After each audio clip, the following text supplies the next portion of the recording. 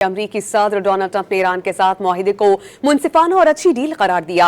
G7 इजलास में कतरी अमीर से मुलाकात के दौरान डोनाल्ड ट्रंप ने कहा कि ईरान के साथ डील के लिए दूसरे मरहले में दाखिल हो गए हैं और तवक्को ये है कि ईरान के साथ डील का दूसरा मरहला आसान हो जाएगा।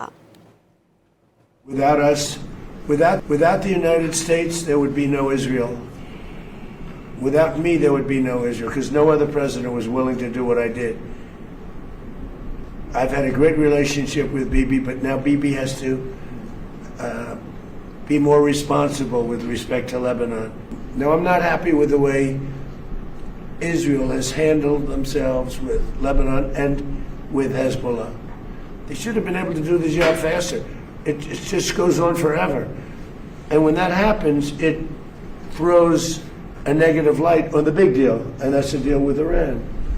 So when you ask me about Bibi, an unbelievable relationship.